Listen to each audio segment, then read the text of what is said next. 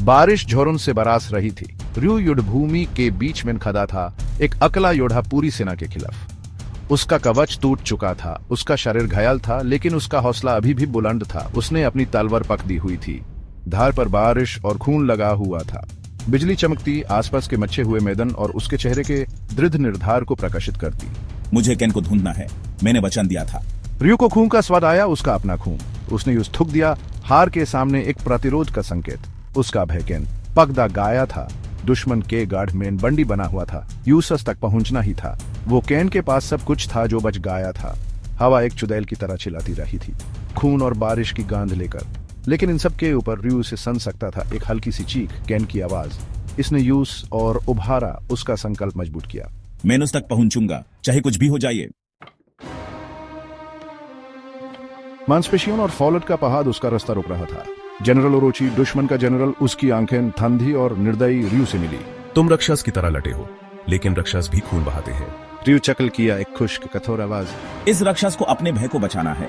ओरोची हंस पादा, एक निर्दयी जोर से आवाज जो पूरे युद्धभूमि में गूंजी। तुम्हारा भाई एक मोहरा है, तुम एक टूटा हुआ औजार। तुम्हारी लड़ाई यही खत्म होती है। रयू ने ओरोची की निगाह से निगाह मिली, उसकी अपनी निगाह अटल थी। मेरा भाई मेरा दिल है और मैं उस तक पहुंचने के लिए तुम्हें चीर दूंगा। फौलत की तककर रयू के कानों में संगीत की तरह थी, एक मौत का नृत्य जिसे वो दिल से जनता था। वो एक आंधी की तरह चला गया, उसकी तलवार चंडी की एक धुंड बन गई, दुश्मनों की पंक्तियों को काटती हुई।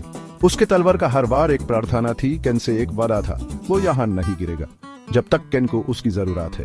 वो घूमा, झुका और उलझा, उसकी हरकतें सुदृढ़ और सही थी। हर बार सोचा समझा, कुशल और घातक था। वो एक अकेला योद्धा था, प्रेम और क्रोध से प्रेरित। डर एक ऐसी ऐश थी जिसे वो बर्दाश्त नहीं कर सकता था, आज नहीं। एक सिपाही झपटा, उसका भला रयू के दिल पर निशाना लगा रहा था। रयू ने यूस अपनी कले के एक झटके से हिला दिया। उसका पलटवार तेज और बेडार था। आदमी गिर पड़ा।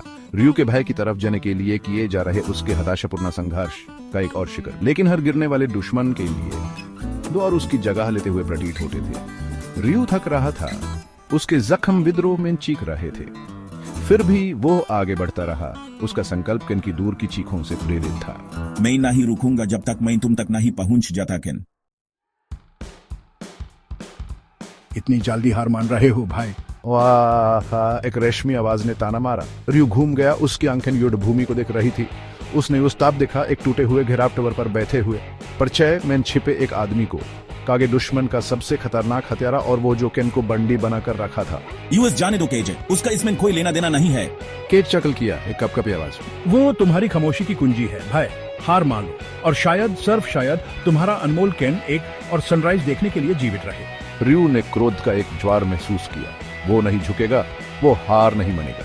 वो टावर की तरफ दौड़ा, सिपाहियों की नई लहर को अनदेखा करते हुए जो उसके और उसके भय के बीच में खड़े थे। वो केन तक पहुंचेगा, चाहे यह उसकी आखिरी काम ही क्यों न हो। आखिरी चाँदनी एक धुंधली थी। रयू निराशा से प्रेरित टावर के शीर्ष तक लट्टा हुआ पहुंचा। उसका शरीर विद्रोह में चीख रहा था। वो कागे के सामने खड़ा था, उसकी तलवार खून और बारिश से टपकता हुआ। वो एक घायल जानवर था, एक कोने में घिर गया था, लेकिन उसकी आंखें भयानक दृढ़ता से जल रही थी। तुम खत्म हो रयू, एक शब्द और तुम्हारा भाई मर जाएगा। रयू ने झिझक नहीं, गुस्सा की दहाड़ के साथ उसने खुद को कागे पर फेंक दिया। उसकी तलवार अंधियारे आसमान के खिलाफ एक चंडी का चाप थी। दर्द उसकी तरफ में फूट पड़ा जब कागे की तलवार ने अपना निशाना पाया, लेकिन रयू नहीं हिला। वो आगे बढ़ता रहा, उसकी तलवार अपना निशाना पा रही थी। केगे ने गैस्प किया, उसकी आंखें हैरानी से फाती जब रयू की तलवार उसके बचाव को भेद गई। एक आखिरी हताशापूर्ण चीख के साथ रयू ने तलवार को घुमा दिया, केगे के आतंक के राज को समाप्त कर दिया। दुनिया घूमती रही जब रयू पीछे हट गया, उसकी शक्ति आखिरकार छूट गई। उसने कागे को गिरते देखा, केन को भी गिरते देखा, और वो झपटा अपने भाई को अपनी बाहों में पकड़ लिया। उसने केन को कास कर पकड़ा, उसका दिल उसकी पसलियों के खिलाफ एक तेज गति से धड़क रहा था। वो जीवित था, वो दोनों जीवित थे। एक कमजोर आवाज ने पुकारा। रयू ने अपनी आंखें खोली और देखा कि केन उसकी तरफ पाल के झपक रहा है। आश्चर्य उसके चेहरे पर छाया हुआ है। रयू क्या? सब ठीक है छोटा भाई, अब सब खत्म हो गया है, मैं यहाँ हूँ।